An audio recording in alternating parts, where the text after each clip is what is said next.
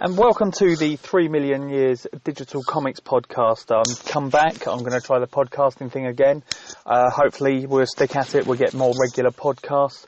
May even try and get you some video podcasts as well, so you can see some of the images and everything that's going on there. I hope everyone had a good Christmas and New Year, and we're back with the digital comics. So let's jump straight into some of the news and sales and reviews on digital comics this week. First of all, looking at sales on Comixology, they have a number of different sales going on with a lot of digital comics on sale. From Marvel Comics, they have a Moon Knight and Silver Surfer sale, which covers Moon Knight issues 1 to 17, which starts off with the Warren Ellis run on Moon Knight, which is excellent, and the slightly different Silver Surfer, giving you issues 1 to 15, which I think takes you all the way up to the beginning of Secret Wars. There's a Jet City monthly digital comics sale going on too. They've got on sale Cimmerian, Fall of the Cross, Forager, the graphic novel, Blood and Honor, the Four World Saga graphic novels, The Hedge Knight, and The Sworn Sword. Those last two are Game of Thrones universe or world graphic novels written by the killer of characters himself, J.R.R. Martin. So there's definitely worth checking out there if you're a Game of Thrones fans. Leading up to DC Legends of Tomorrow, which I believe came out in America yesterday, there's a big Legends of Tomorrow sale, which includes digital comics of Blackest Night, Brightest Day, Demon Knight, Green Arrow and Black Canary, Hawkman, Hawkgirl, Justice League, Fury of Firestorm, Power of the Atom, Justice League Task Force, The Ray, Salvation Run, and Time Masters. That's quite a big list there. Also on Comixology, they have a Buffy singles and collection sale. So this includes digital comics and volumes of Buffy, Angel and Faith, Willow and Spike. There's also a Bob's Burgers sale, which includes Volume 1, the medium rare series, a mini series, and the ongoing series, issues 1 to 6. And Marvel have another sale on, an Agent Carter sale, which is 2 different collections on sale there. They have the Peggy Carter Operation Sin and also Peggy Carter Agent of S.H.I.E.L.D. So definitely worth checking out there to go with the new series of Agent Carter kicking off as well. Over on Dark Horse Digital, there's a Buffy Mega Bundle up for sale. You've got 159 items, so that includes single issues, volumes.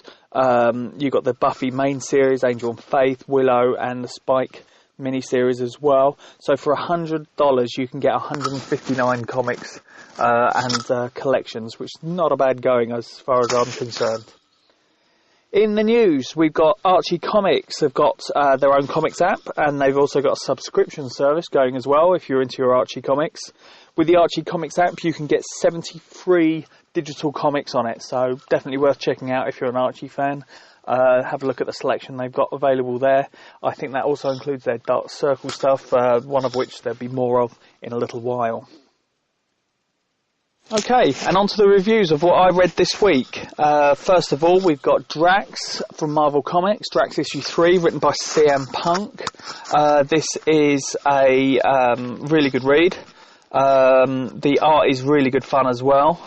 Definitely worth checking out on this one as well. It has Drax continuing his quest to find out, well, he wants to fix his ship, which was given to him by Rocket Raccoon. It was a rubber ship and it needed parts. He landed on a planet. He was on a quest to kill Thanos, which is his general quest and default setting. He's now on this planet and people are going missing. People are stealing bits of metal, lots of theft going on, and he's brought it upon himself to discover what's going on so he can get off the planet and go and kill Thanos. The problem being is Drax still very literal. There's a couple of good points there, and he's not a very good detective, as is also pointed out. He gets there in the end, using the only ways Drax can, using sort of physical violence. And it finishes off with a nice big cliffhanger, which I was not expecting, even with the hints coming on there. So it continues to be a really good read from Marvel there. Still staying in space, we've got Star Wars issue 15. This flips back after the previous arc with Vader down and everything like that to Obi-Wan Kenobi. His time looking after Luke. We get looks at Luke as a little kid and what he wants to do and some of his piloting abilities. Not totally up to scratch as well. But there's also some sort of flashbacks to when we had the last look at what Obi-Wan did on Tatooine. And the problems it may cause him in the future. Very interesting look at him there anyway, and just gives you a bit of background to it. It's quite a good break in between the main series. Next up, from IDW Publishing, we've got Judge Dredd. This is current issue 2 of the ongoing series. Dredd is, he was investigating a problem at a megacity block and has disappeared. And he's into what seems like some sort of far-flung future where the judges are just myths. This is part of a Megacity Zero story arc, it's called. This part 2 is called Flame Wars, as Dredd starts to find out and realise that he's not on the Megacity that he knows anymore. Quite an interesting read anyway. I'd definitely recommend trying this one out if you're a Judge Dredd fan. Something totally off the wall, which IDW are doing really well with the Judge Dredd series, even if you're a fan of the main series.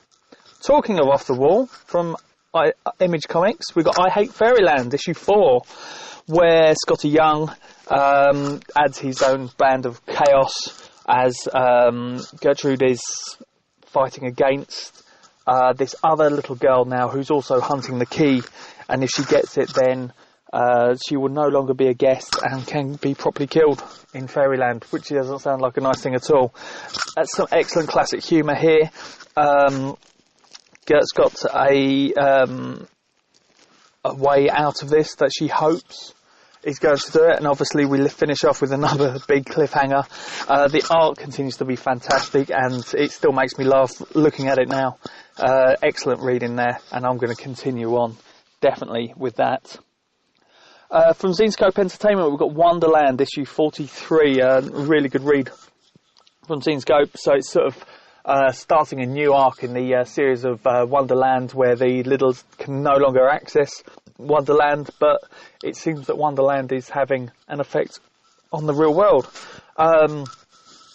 The girls are noticing different things happening within the real world, which have the smell, as Cheshire says, of Wonderland on them, and they're investigating that, and it finishes off with a circus tent with what looks like a big cult dedicated to Wonderland, which is obviously quite worrying. Now, I mentioned Dark Circle earlier. They have the second issue of one of their new series, The Hangman, out now. Now, if you thought the Black Hood was quite dark, The Hangman is even darker than that. Think supernatural killer trying to get out of hell to gain access to heaven. And there's a new one stepping in as the old one is now gone. This issue actually is mostly all in hell. We get a look at the devil. He's got a bit of a sense of humour about him, but he's not entirely happy with the whole situation as this hitman who's since come down to hell is stepping up to the plate and going to be the new hangman. So we'll see how he gets on his first mission next month. So it's quite interesting. Also, talking of hell, Lucifer, issue 2, as Lucifer and his brother look to find out what happened to God. Who attacked God, and maybe even who attacked Lucifer as well, as Lucifer's got this injury in his side, which seems like a strange sort of metal. He's got some ideas, but none of them seem to be panning out. He goes down to hell to find it in a different sort of shape to when he was last down there and when he was in charge, so we get some good bits going on there as well. Obviously, you can't totally trust Lucifer. There's definitely things going on underneath that we're not too sure about, so that continues to be quite an interesting read. From Boom Studios, we've got Lumberjanes, issue 22 already. Well, this is under the Boombox, but it's also Boom Studios as well.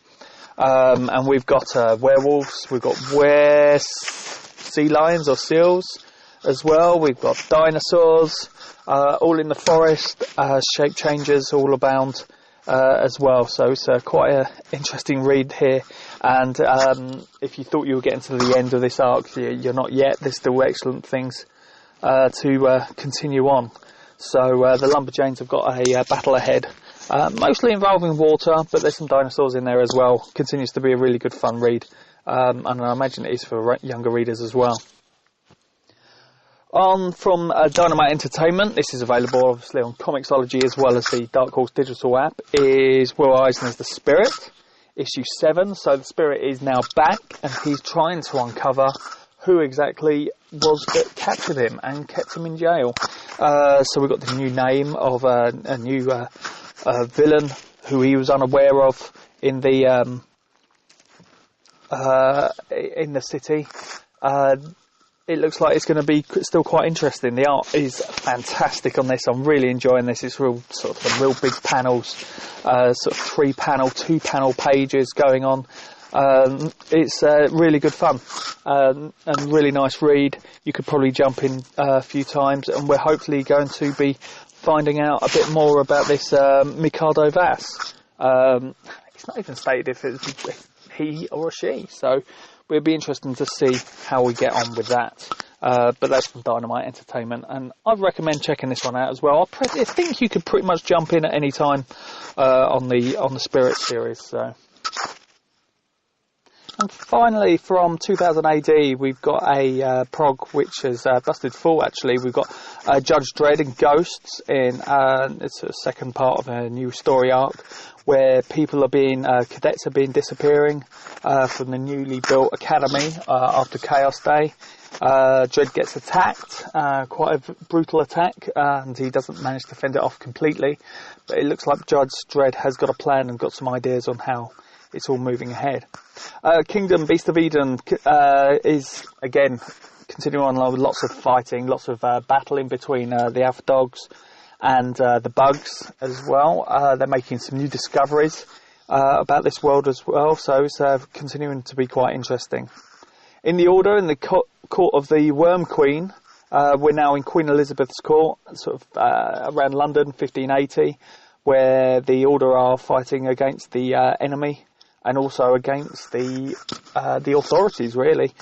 Kidnapping, explosions, sort of a bit steampunky in there in places as well. Continuing to be really good read.